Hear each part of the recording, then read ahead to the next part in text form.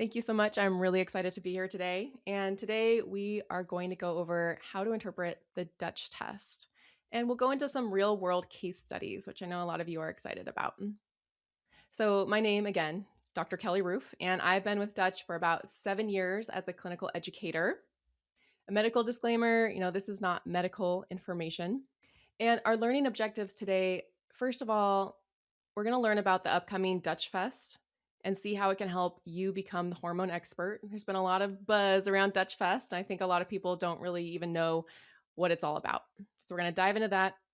We're going to understand the purpose and clinical application of the Dutch dozen assessments. Remember, this is an interpretive framework on how to interpret the Dutch test quickly and with ease. And then lastly, utilize the Dutch dozen for quick and comprehensive Dutch test interpretation and treatment plan formulation. So Dutchfest, what is Dutchfest? Well, first of all, it's in March. It's held over 3 days, but really 2 days. There's 2 days of education. It's in Texas at the Gaylord Texan Resort. And I've been to the one in Florida. It's pretty incredible, pretty amazing. So we're all excited to fly out there. Our speakers, we've got a great lineup here. We have Mark Newman, who is, of course, the founder and president of Precision Analytical. And he's really the innovative mind behind the Dutch test. We have Jacqueline Smeaton, who is our chief medical officer. And she's really renowned for her work with fertility, women's health, and integrative endocrinology. And last but not least, we have a guest speaker, Dr. Carrie Jones. And a lot of you have heard of her already, know her, love her. She is the queen of hormones. She's an internationally recognized speaker and educator on the topic of women's health and hormones. What's really exciting about Dutchfest is half the time we're going to be going through case studies, real world case studies. And so here are some of the topics we're going to cover, women with amenorrhea and hot flashes, perimenopause, menopause, burnout. I mean, how many people are going through burnout right now? Endometriosis, and of course, PCOS, and more. For the schedule, so Thursday is more of an evening kind of trivia, get to know your neighbor. Friday and Saturday is when we're going to have the lectures. And if you take away all the trivia and dancing, line dancing, and breakfast and lunch and food, so this is the meat of the event. In the morning, you'll see we're going to have these interactive lectures. And they're interactive. It's not like you're just going to sit there and people are going to talk at you. We have incorporated a lot of games into the slides to really get you thinking, thinking through the answers, thinking through what would you do, how can you interpret the test results. So it's really aimed at kind of being more of like interacting learning process. And then, of course, in the afternoon, we have the case studies. It's about a 3-hour block where we're going to go through case studies together. You'll be interacting with your table. You'll be interacting with everyone in the conference room. So on Friday, we're really focusing in on the Dutch dozen. And on Saturday, we're going to go into the advanced insights. And this will make a little bit more sense. Let me explain what these are. So the Dutch dozen, what is the Dutch dozen? You've probably been hearing a lot about the Dutch dozen lately. It's 12 fundamental assessments of the hormone testing summary page. So page 1 of the report. So it's like a really quick way to interpret the results to come up with a treatment plan efficiently. The advanced insights, those are 12 advanced assessments of the additional pages of the report. So they give you a little extra information. And if you look at it visually, so this is the summary page of the report. You see there's 4 Dutch dozen questions about estrogen and progesterone, 4 about androgens, and 4 about cortisol. Then, of course, we have the advanced insights. These are the advanced insights listed out. I'm not going to go through them, but if you're interested in reading through them, you can. These are the ones that will give you a little additional information on the other pages of the report besides page 1. Some of these advanced insights will provide additional information that will add to, but probably won't change your Dutch dozen-based conclusions. But then we have a few advanced insights that actually might change your Dutch dozen-based conclusions. So if you look at the actual report, there's 6 pages. Page 1 is the Dutch dozen. So you're going to use the Dutch dozen to interpret page 1. And then all the other pages, you're using the advanced insights. We really wanted to get through the Dutch dozen and the advanced insights today in 1 hour, but realized that's probably not going to happen. So today we're doing our little mini Dutchfest, and we're focusing in on the Dutch dozen. So we're going to touch on these. We're going to do kind of a little bit of lecture style, followed by the case studies. And if Dutchfest was an iceberg, just wanted to give you a little kind of visual here. Today's mini Dutchfest is just the tip of the iceberg. Just the tip of the iceberg. We're just going to get into a little bit. We only have an hour. So let's dive into the Dutch dozen. So estrogen and progesterone. Remember, we're looking at page 1, and we're looking at the estrogen and progesterone box. You can call it a box. So the first assessment looks at estrogen, estradiol. The second assessment looks at progesterone. The third assessment and the fourth assessment are really looking at how estrogen is being metabolized. And estradiol, let's look at the first one here. So estrogen's actions, we know estrogen is really important for our brain, for fertility, our bone mineral density. So it's important to test estrogen levels. If you had a woman with low estrogen, maybe she has irregular cycles, maybe she doesn't have a cycle at all. How do you think that's going to affect her bone mineral density over time, or her cardiovascular health, or her fertility? So we definitely want to look at estrogen. And at Dutchfest, we're going to give people, we call these hormone continuums, but basically it's a sheet of paper, and we're looking at all the contributors to pre and postmenopausal estradiol status. But also we have these pages for pre and postmenopausal progesterone status, testosterone, DHEA, cortisol. And so it goes through every result that you could possibly get, like if your estradiol is below the postmenopausal range, or if it's within the postmenopausal range, etc. So every result and what might be contributing to your patient having that result, right? And then on the back of these handouts, we have the symptoms. Well, what if your patient has postmenopausal levels of estradiol? What kind of symptoms might she be experiencing? Or the opposite, what if she has really high estrogen? Maybe she has more breast tenderness and heavy bleeding. So for progesterone, what do we all think of when we think of progesterone? A lot of us think of ovulation, fertility. Progesterone is really important for ovulation and fertility. It has other effects in the body too. Like, who knew it also helps support bone mineral density? I think that's pretty cool. But it also helps our mood. Progesterone's metabolites, those alpha metabolites, can act on the GABA receptors, like the calming receptors in the body, really help us calm down, help us with sleep. So we want to look at progesterone levels, and we want to know if premenopausal women are ovulating.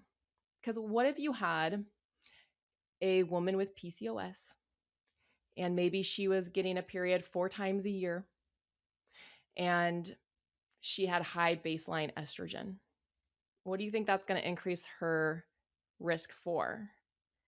Yeah, one of it is endometrial hyperplasia and cancer, right? So we need that progesterone around for fertility, but also to balance estrogen's effects in the uterus. And this is when it gets really fun. This is when we start looking at estrogen metabolism. So, estrogen, after it's used in the body, it is metabolized into metabolites. And this is how the body clears estrogen out of the system. And it turns out the way we metabolize our hormones can really impact our symptoms. So we have a term here. It's called the issue is in the tissue, right? So like, for example, if you did an estradiol serum result, what are you looking at? You're looking at estrogen levels in circulation, in the blood at that moment in time. But with the Dutch test, we're looking at urine hormones. So we're really seeing, like, how is that body using the estrogen? How are the cells, the tissues, how are they using the estrogen? Like, what are they metabolizing the estrogen into? before it leaves the body.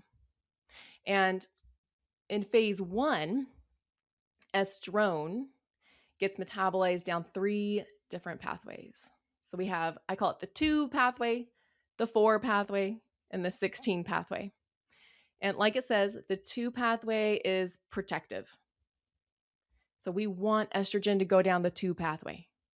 But the 4 pathway is genotoxic. And what does that mean? It means it can increase risk for DNA damage and breast cancer. And then 16, think of 16 as being estrogenic. Got a thumbs up if you go down the 2OH pathway. That's good. You're doing good. A+. If you're going down the genotoxic pathway, think about DNA damage, think about increased risk for breast cancer. We definitely want to help this person move more towards the 2. And it's not even increased risk just for women in breast cancer. Men can get breast cancer too, especially if they have that increased estrogen to testosterone ratio and they get the gynecomastia. But also the 4OH pathway in men can increase risk for prostate cancer. So keep that in mind. And then the 16, it's proliferative. Just imagine the 16 causing tissue proliferation in the uterus. You might have more heavy bleeding, breast tenderness, could make fibroids worse or endometriosis worse. And on the Dutch test, we have these little slider bars. Can you see them down there? And when the percentages are low, if they're below 20% or even 30%, that signals that they're favoring the 4 pathway over the 2 or the 16 pathway over the 2. And we might need to do some intervention. Okay, and methylation. So in phase 2, estrogen gets methylated. And it's mostly the 2OH and the 4OH estrogen catechol that are being methylated and cleared from the body. So why is methylation so good for estrogen? Well, it takes the 4OH metabolites and pops a little methyl group on it. So then all of a sudden, instead of being reactive, it becomes stable. And it's not going to cause DNA damage once it's methylated. So imagine this. Estrone gets converted to 4OH. 4OH can become this we call reactive quinone, and it grabs the DNA and then rips off, and then grabs the DNA and rips off. So it's causing a lot of DNA damage. So increased cancer risk, no good. But if 4OH gets methylated by the COMT enzyme, it turns into 4-methoxy-E1, which is stable. It's ready to be excreted. That's really good. So we want to really work on methylation. And if you look at the slider bar, the same thing. If it's towards the left, towards low, not good, especially if it's below 20, 30%. And you're going to have some patients that maybe have high estrogen. Maybe they have heavy bleeding, maybe they have fibroids, and you might actually want that methylation activity towards the higher end, like above 30%. All right, so let's look at some examples here. This 36-year-old female with heavy bleeding, what is the concern? Well, first of all, her estrogen is high, and we know estrogen can make heavy bleeding worse.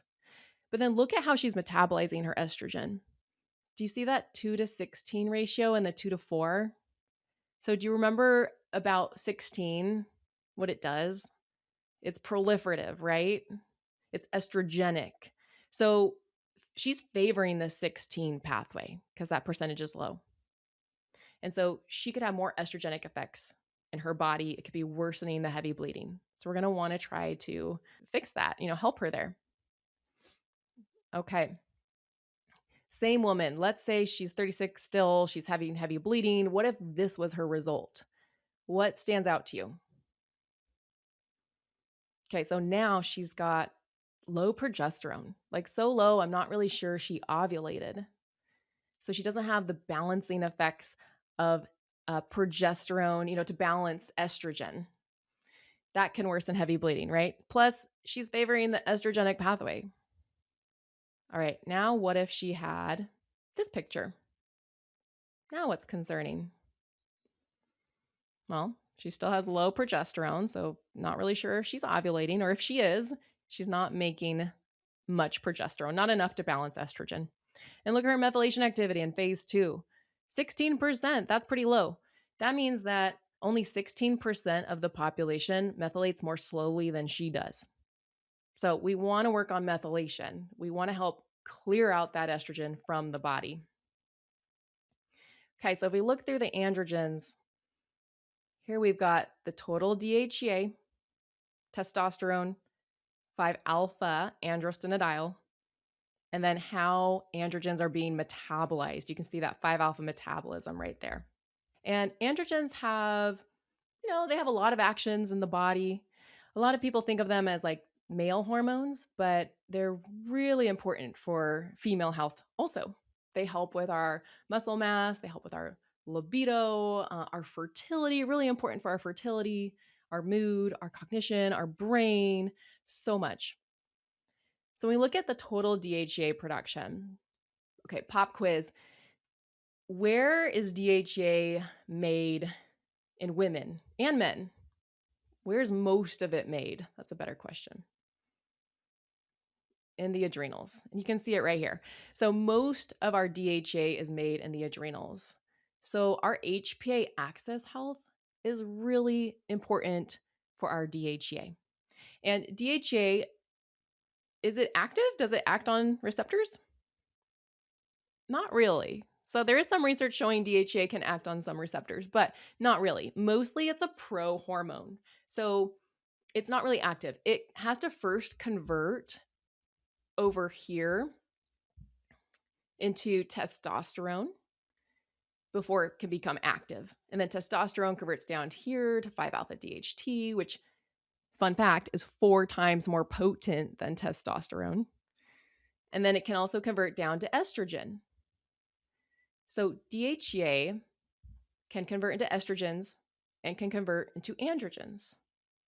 And so DHEA can really impact androgen levels, but also estrogen levels. So when you look at your DHEA levels, just know that it can affect estrogen activity in the body and androgen activity in the body too.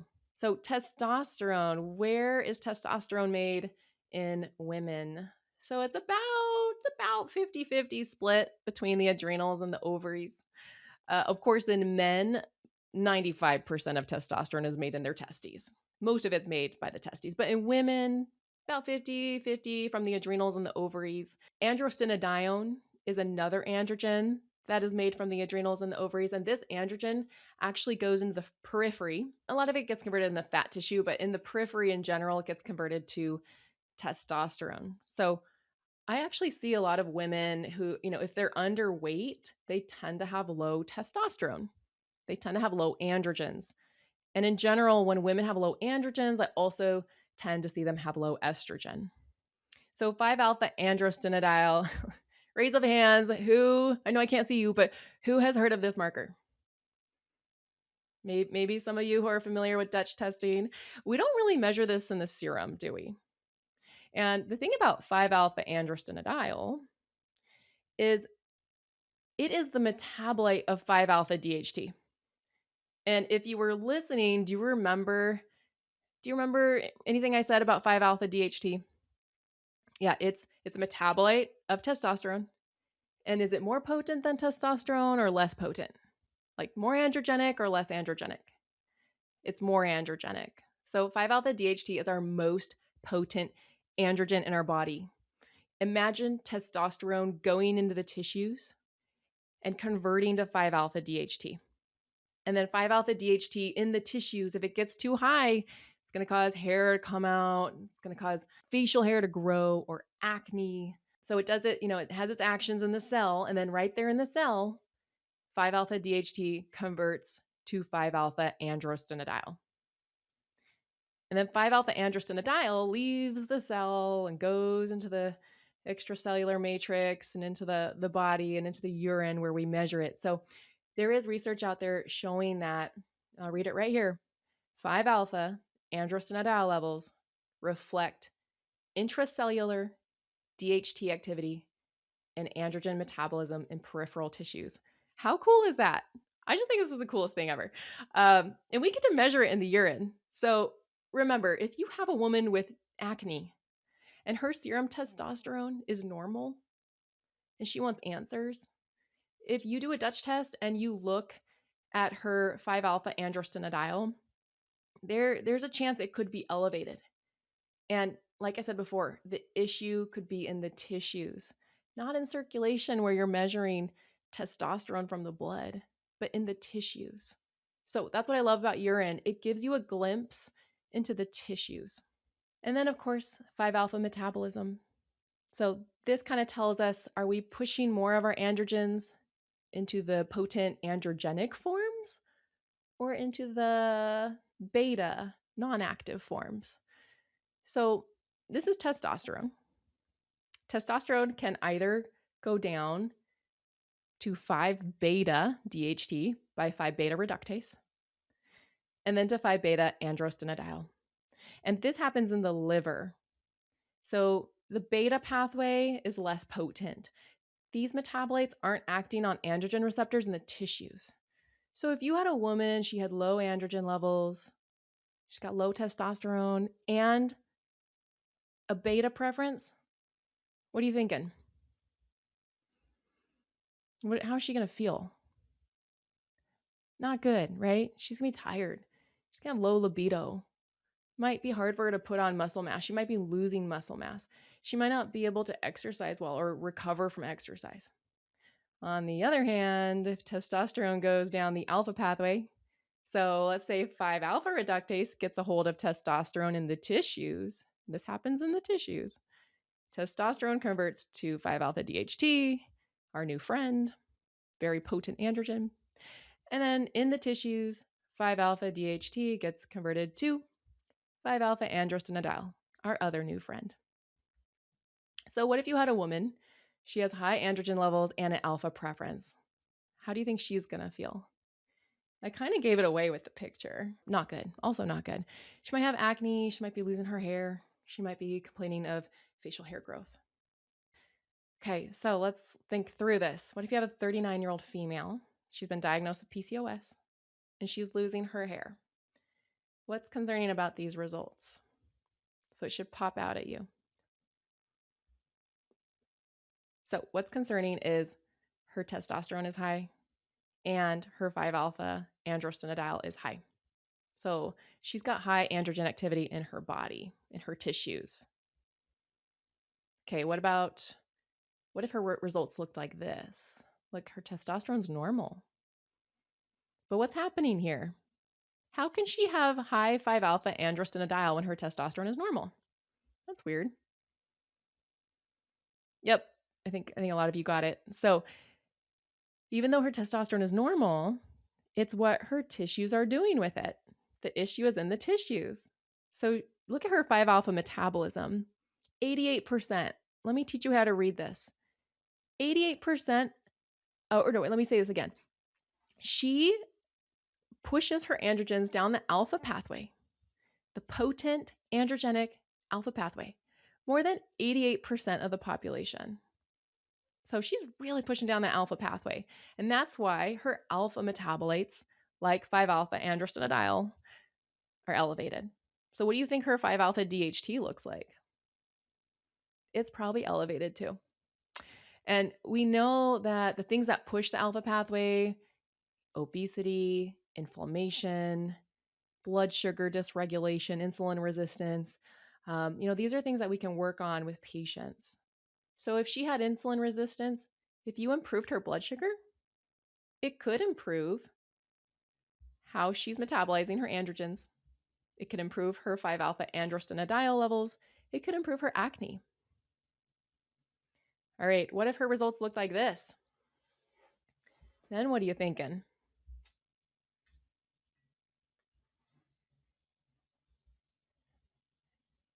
Okay, so in this situation, her testosterone and downstream metabolites look really good. They're within range. They look really good. And, with these androgen dials, the little green band, that's the premenopausal range. And the purple band is the postmenopausal range. And androgens, they slowly decline as we get older, right?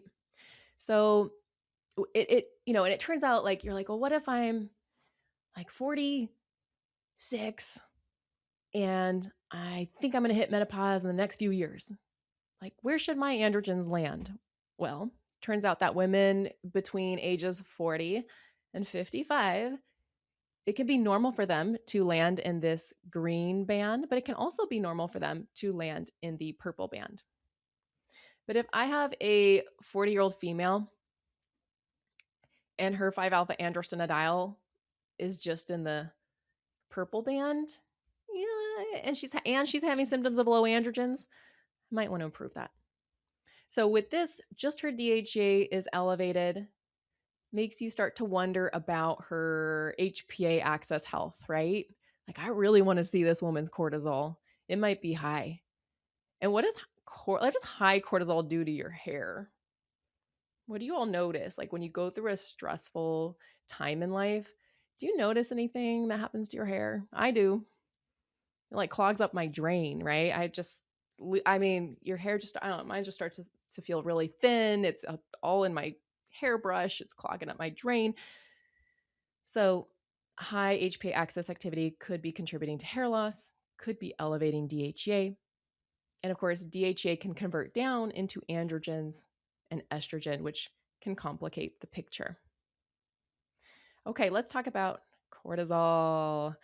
Everyone gets confused by cortisol. Whenever I do consults, everyone's like, can we go to the cortisol page? This is so confusing. And I say, yes, let's go to the cortisol page. I know it's confusing. You're not alone. But with the Dutch dozen assessments, it helps to clear things up. Okay, so here we're looking at the diurnal pattern for assessment number 9. Then we're going to look at the 24-hour free cortisol for assessment 10, then the metabolized cortisol for assessment 11, and then the cortisol clearance rate for 12. So let's talk about the first two because they're really related. The daily free cortisol pattern. So this is plotted from urine samples collected throughout the day. And it really helps us to identify disruptions in that diurnal cortisol rhythm, which can affect energy and sleep, stress response, you name it. The older I get, the more I realize how important the diurnal pattern of cortisol is for overall health and well-being, for how it makes you feel from it, on a day-to-day basis. The 24-hour free cortisol, that number, we're getting it from adding up all the points on the graph. So I look at the 24-hour free cortisol as showing you like your overall exposure to cortisol in circulation on the day of the test. So remember, when we're looking at the diurnal pattern and we're looking at the 24-hour free cortisol, think about this is cortisol in circulation throughout the day. So look at these two examples. It's really important to look at both the graph and the 24-hour free cortisol because look at these patients. These patients, when you add up all the points on the graph, they have the same exact 24-hour free cortisol value. It's high, right? It's above range. But would you treat these patients the same? No, probably not, right? This first patient up top, her cortisol issue is it's high when she wakes up. And remember, she's urinating on a strip. This represents the average cortisol that collected in her bladder during the hours prior while she was sleeping. So she's got high cortisol while she's sleeping. But this patient down here, when she woke up at 2 a.m, her waking at 4 a.m. Okay, she's waking up early. One day I'll aspire to that, get a workout in before work. Be great. So anyways, she's waking up with normal cortisol. So her cortisol while she's sleeping is normal. But look at the sample that she took 2 hours after she woke up. It's high. So between 4 a.m. and 6 a.m., her average cortisol is high. So you're going to be asking a lot of questions like, what do you do in the morning when you wake up? Is that when you wake up and you start panicking and thinking about all the stuff you have to do? Or do you have a little baby that wakes you up crying every morning and you go into mom mode? So you might treat these patients differently. Okay, let's look at 11 and 12. Let's look at the metabolized cortisol and the cortisol clearance rate because these two have an interesting relationship. So the metabolized cortisol, let me explain this because this was the part that gets kind of confusing. So you know that in circulation, you have free cortisol that's active and free cortisone that's inactive. Cortisone can be reactivated to cortisol when the body wants more cortisol activity. And the same thing, cortisol can be deactivated to cortisone when the body doesn't want as much cortisol activity. So those two can kind of go back and forth. But when the body wants to get rid of them completely, it metabolizes them into these metabolites that are called THF and THE. And this is how I remember it. Cortisone ends with an E, THE ends with an E. So it's easy to remember. And the cool thing is we can add up all these cortisol metabolites in the urine. All these cortisol metabolites, they're inactive, they can't be reactivated, they're like waste products. But we can measure them in the urine. And if we find a lot of them on the day of the test, it probably means that the adrenals made a lot of cortisol that day and metabolized a lot of cortisol that day. If we only find a little bit of these metabolites in the urine, probably means that the adrenals didn't make much cortisol on the day of the test and they didn't metabolize out much cortisol. So metabolized cortisol is telling you on that day of the test, how much cortisol did your adrenals make? How much was metabolized? The cortisol clearance rate, I mean, it's just like what it sounds like.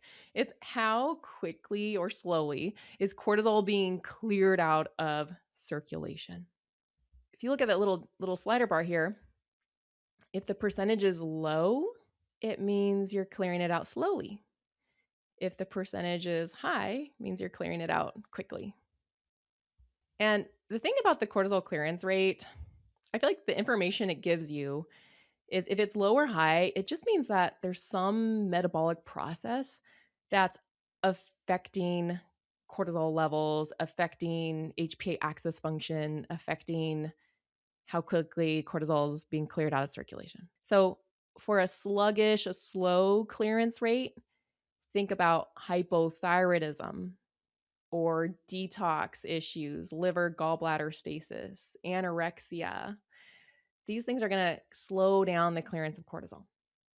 But on the opposite, things that speed up the clearance of cortisol are like obesity or insulin resistance, hyperthyroidism, fatty liver, inflammation. And so when you see these results on your patient's tests, it can give you clues about what else you should dig into. You know, if they have a fast cortisol clearance rate, maybe you're going to look at their blood sugar panel, their hemoglobin A1C, their fasting insulin. Maybe you'll do a thyroid panel.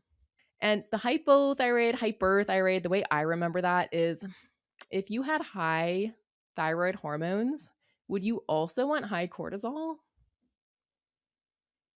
No, you would be so anxious.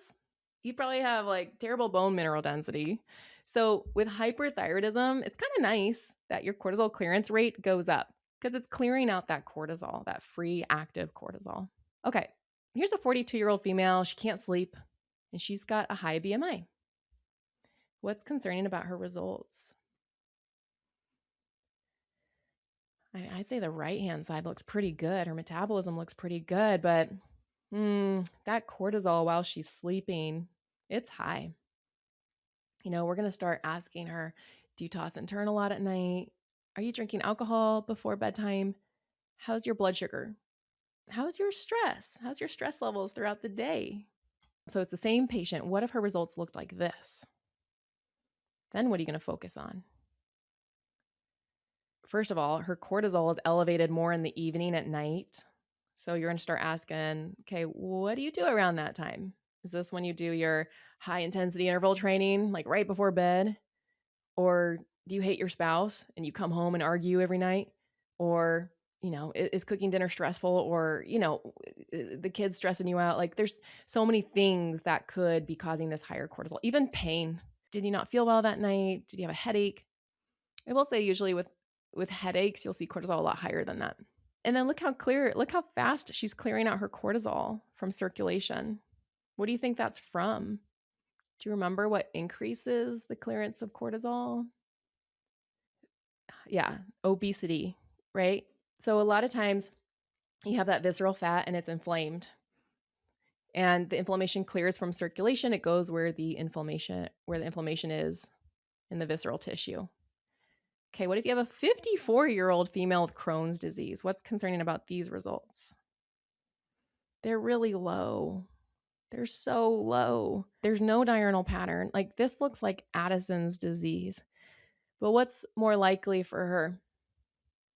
She probably had a flare-up, and she probably took like a prednisone pack or some sort of glucocorticoid. So remember, glucocorticoids can suppress HPA axis function. And so your results can look just like with Addison's disease. So we usually don't want to collect our Dutch report while someone's taking prednisone, for example. And I was thinking about this. So her cortisol, her cortisol is 0. Her adrenals are not making much cortisol, but she's still getting glucocorticoid effects from prednisone. But does she have a diurnal rhythm? No, there's no diurnal rhythm. Like, no wonder people feel terrible on prednisone. And what does it do to your DHEA, your androgen levels? If it's suppressing HPA axis function, it tanks them. Yeah, no wonder people don't feel well. All right, let's put it all together. This is the fun part. So now I'm going to show you the entire page 1. And you got to, look at the report. This is a woman. She's 39 and she's struggling with infertility. She's 39, guys. So what are you thinking when you look at this report? You're like, well, what would you work on? Her progesterone. So if you saw her progesterone on the lower side, that's good. A+. Progesterone, usually for fertility, we want to see it at 12 or higher, but she's got low normal progesterone. So she ovulated, but it was a poor production of progesterone. So we're going to wonder, how's her ovarian health? Are her low androgens? We're going to talk about, she's got some low androgens for her age. Are those contributing to her lower progesterone? Remember, androgens are important for fertility. They help with egg development, ovulation, progesterone levels. And then with the low androgens, we're thinking, okay, we know androgens come from the ovaries and the adrenals. Is there some sort of like HPO, hypothalamic pituitary ovarian axis impairment? Maybe she has high sex hormone binding globulin. Remember, the urine hormones are more representative of like bioavailable hormones, not total. So if someone has high sex hormone binding globulin, it'll bind up all the free hormone and you'll have less free hormone, less bioavailable. And then you can look at her cortisol. Like, we know a lot of androgens in women come from the adrenals. So her cortisol looks pretty good. I mean, it might be a little low. Like, could that be contributing to her low androgens and her progesterone? Okay, what if we switch out her progesterone to this dial? Now it's below range. It's postmenopausal. So this looks like she didn't ovulate at all, which is concerning, right? She's not ovulating at all. So now we're really going to focus on trying to get her to actually ovulate. And, we start to think, is there even more severe HPO axis impairment? She's got low androgens. She's not ovulating. Okay, what if we switch out estrogen and methylation activity? So remember, estrogen looked normal. Methylation activity looked nice and high at 81%. What if now she has high estrogen and low methylation? Then what are we thinking? It's getting a little more complicated, right? So still low progesterone, looks like she didn't ovulate, and still low androgens. So we're thinking, is the HPA axis contributing? Is the HPO axis contributing? But then she has high estrogen. So whenever I see high estrogen and low progesterone, like, anovulatory progesterone, my first thought is always, did she collect at the right time in her cycle? I say, when did you get your period after collecting? They go in their app and they're like, let me see. I knew you were going to ask this question. I should have known this before I came in. Okay. It was 14 days later. And you go, oh, you got your period 14 days later? You collected during ovulation. Yeah, estrogen's supposed to be high during ovulation. Do you know what the reference range for estradiol during the ovulatory phase? It's 4 to 12. But ideally, they'll get their period like 4 to 10 days after collecting. So if she says, oh, I got my period a week later, then you can say, okay, yeah, that was an anovulatory cycle and you've got high estrogen. Let's work on that. What's one way you can lower estrogen? That's also an issue on this report. I'll give you that clue. Methylation. You can support methylation. You can help clear it out of the body. Okay, now what if we take her cortisol and make it look like this? Then what are you thinking? All right, so she still has anovulatory cycle. She's got high estrogen, low androgens, poor methylation, but now also high cortisol. So you're starting to wonder, is stress a part of this picture? HPA axis dysfunction is a part of this picture. And look at her cortisol clearance rate. It's 22%. So only 22% of the population clears their cortisol more slowly than she does. So what are we going to start thinking about? You might ask about like how many calories she's getting. You might start thinking about liver, gallbladder support. You might want to look at her thyroid. Hopefully by this point, if she's struggling with fertility, hopefully someone has done a full thyroid panel with antibodies. But if they haven't, this might be your clue to look into that. You'll probably look into that anyways. She's trying to conceive. Okay, let's get into the case studies now. We have 3 case studies. So case 1, meet Anita. She's a 27-year-old female and she has breast tenderness. She's also constipated. But her cycles are regular. That's the good news. 28 to 30 days. She's taken a multivitamin because Instagram told her to. And on her physical exam, she's got a BMI of 27, so she's a little overweight. Her blood pressure looks great. Her pulse is within range. And then if you look at her serum labs, she does have a high fasting glucose and insulin. But her CBC, her CMP, her thyroid, at least her TSH, is within normal limits. Okay, so look at this report. Remember, she's got breast tenderness. She's constipated. What's concerning about these results? Give you a minute to look at that. What pops out at you? She's 27. All right, let's look at her estrogen. Not doing so good, huh? First of all, she has high estrogen, which can contribute to breast tenderness. And like high estrogen in general is a risk factor for breast cancer. But then when you look at how she's metabolizing her estrogen, what is she favoring? The 2 or the 16 pathway? Well, her percentage is low, so she's preferring the 16 pathway. So she's pushing a lot of her estrogen into that estrogenic pathway, which is going to worsen breast tenderness. And on top of that, her methylation is slow. So she's not clearing out the 2OH or the 4OH effectively.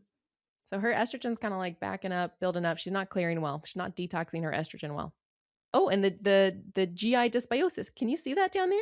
You just got to get your magnifying glass out. So like way down there, GI dysbiosis. The organic acids on page 1, it'll kind of alert you to some organic acid findings. You got to go to page 6 to really get the nitty gritty details. But like here, we know there's an issue possibly with GI dysbiosis. Basically, her indican was high. And so we know that when indican is high, our internal research shows that there's this correlation between high indican, which you think of as dysbiosis, and high estrogen. And sometimes when you do a stool test, these women have high beta glucuronidase. So anyone know about that enzyme? I always think of a Pac-Man. I don't know. I think of like beta glucuronidase as this Pac-Man, like this enzyme that it goes up to glucuronidated estrogen in the bowel, in the gut, and it cleaves off that glucuronic acid. So now estrogen is free. It's in the bowel and it's free. And it's like, what am I going to do today?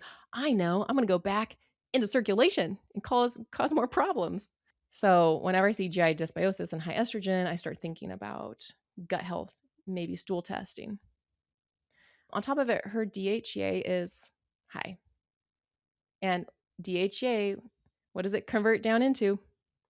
Estrogen and androgen. So could the high DHEA be contributing to her high estrogen and making her breast tenderness worse? Probably. And then, of course, her cortisol. Her cortisol, look at her cortisol curve. She's got some points within range, but a few that are high. Her overall 24-hour free cortisol is above range. And so is her metabolized cortisol. So she's making a lot of cortisol. Her HPA axis is like working overtime. It's like, we're going to run away from that tiger, or we're going to get that report done, or we're going to run that marathon, it's working overtime. And we know when the HPA axis is working overtime, a lot of times our DHA will elevate, and then downstream our estrogen will elevate, and then we'll get breast tenderness, especially if we're not clearing it out well and we're pushing it down the estrogenic pathway. So what would a sample treatment plan look like? Well, we might want to give her some magnesium, maybe some trimethylglycine to help support methylation, help clear out that estrogen. And what does magnesium do for our bowel movements, especially magnesium citrate? It gets us going, right? It helps us eliminate every day. It's important. We need to eliminate every day to eliminate all that estrogen. We might have her continue the multivitamin, but usually I look at the label and I make sure there's the right form of B vitamins and enough B vitamins. And then we might increase her fiber, the fiber in her diet. That really helps with phase 3 detox of estrogen. Might help her, start having more bowel movements more frequently. And then, of course, get her moving. What's good for constipation? Movement, pelvic tilts, right? So get her moving. That might help her bowels, but it can also regulate her blood sugar. Helps increase that insulin sensitivity. And then we might think about some wearables, like, for example, Oura Ring, kind of a fan. They can help track stress. They can offer mindfulness exercises, can look at your sleep quality. So a lot of people will use the Oura Ring and teach the Oura Ring. The Oura Ring, it's smart. It kind of learns a little bit more about patterns, your own patterns, and when you take melatonin, it increases your deep sleep, or when you go to a social event, you don't sleep as well at night. And it kind of gives you ideas of how you can improve your own lifestyle to improve your HPA access, improve how you're feeling. Okay, let's go on to case 2. Meet Marge. She's a 49-year-old female and she has hot flashes. She also has night sweats. She's waking up in the middle of the night, all sweaty. She throws the covers off the bed. She gets into the shower. I've been there, guys. It's not fun. Her past medical history, her last period was 10 months ago. So it's she getting towards menopause? Maybe she might get that surprise period, but she's trending towards getting towards menopause. And she's over exercising. She's overdoing it. She takes melatonin for sleep. Her BMI is 18.3, so it's a little low. Her blood pressure looked good. Her pulse looks good. And a lot of, most of her labs were within normal range, but when we did a high sensitivity estradiol test, so LCMS, which you should do if you suspect low estrogen, you got to do LCMS, not immunoassay, not the EIA. Look for the high sensitivity. It was 10, which is low. That's menopausal. Okay, what do you see? What's concerning about her results? Are things looking a little low? So first of all, her estradiol is below the postmenopausal range. It's even low for menopause. And it's probably because her total DHA is almost below range. And remember, in menopause, where does most of a woman's estrogen come from in menopause? The ovaries stop making it. But how come estradiol doesn't go down to 0? It's because in menopause, most of our estrogen comes from the DHEA that came from the adrenals. So it's really important really important in menopause to have healthy adrenal function, healthy DHEA levels. And then her androgen production. She's 49, but her testosterone looks decent. Her total DHEA is almost below range, so I'd probably be supporting her androgens. And then her cortisol. Why are her androgens low or on the low side? It's probably because her cortisol is on the low side. I mean, look at her diurnal pattern. That is a little low. That makes me think like you've been having some chronic stress in your life. Maybe it's the over-exercising. Maybe it's anxiety. It could be a lot of different things. And then her neurotransmitters are off. I see this all the time. So we're measuring the dopamine and the norepinephrine, epinephrine neurotransmitter metabolites. A lot of times those will be low when androgens are low. And, it makes sense. Androgens are really important for dopamine production. When you have low dopamine, a lot of times you have very similar symptoms to low androgens. And you got to think about it. Okay, could low neurotransmitters be impacting her hot flashes? Maybe. So a sample treatment plan, we might put her on estradiol at this point. Like she's not quite postmenopausal, but she's suffering. So we're going to add on some estrogen. We're going to balance it with progesterone because she still has a uterus. We're going to focus on getting more calories and maybe a little more low intensity movements instead of the long distance running she's doing every day. All right, our last case here is May. Meet May. She's a 32-year-old female, and she's got low libido. She may look happy in this picture, but in the bedroom, she's not very happy. So she's also tired. Her past medical history, she does about 20 minutes of weightlifting a week. She's not taking any medications or supplements. And with her physical exam, her BMI is good. Her blood pressure looks good. Her pulse looks good. But when you look at her serum labs, she's got a slight hypothyroid pattern. So what do you already thinking her results are going to look like? So what do you see here? Remember, she's 32 years old.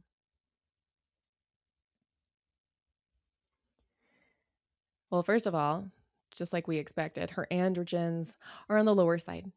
She's 32. Her androgens should be up in the green band, the premenopausal band. So she's got low androgens, probably contributing to her low libido. One thing that I see is sometimes when people have a slow cortisol clearance rate, the cortisol can kind of back up and build up in circulation, and the brain will notice that. And the brain doesn't want cortisol to get too high. So the brain might lower its ACTH signal to the adrenals. Say, oh, hold off. We don't need you to make as much cortisol because we've got plenty. And that ACTH signal, what happens? The adrenals make less cortisol overall. So you tend to see a lower metabolized cortisol, but the zona reticularis of the adrenals will make less DHEA. So when there's a slow cortisol clearance rate, I tend to see low DHEA, I tend to see low androgens. And what slows down the clearance rate? Hypothyroidism, right? Hypothyroidism. So for a sample treatment plan, we might prescribe thyroid medication, levothyroxine, to support that cortisol clearance rate, to support androgen levels. In general, with hypothyroidism, women tend to have lower hormones. We might start maca to just support those androgen levels and the libido. And for her lifestyle, we might increase her weightlifting because weightlifting can increase androgen levels too. What else does it do? I mean, it improves your mood. It helps you sleep. It can improve your confidence. It can improve your libido. So we might just start there. Sometimes our plans can be pretty simple, like depending on what the patient is willing to do, what they're interested in, what works for them. All right, guys, that is it. Remember, you're always welcome to become a provider. I encourage you to check out Dutchfest. It's at www.dutchfest, like FEST.com. Thanks so much.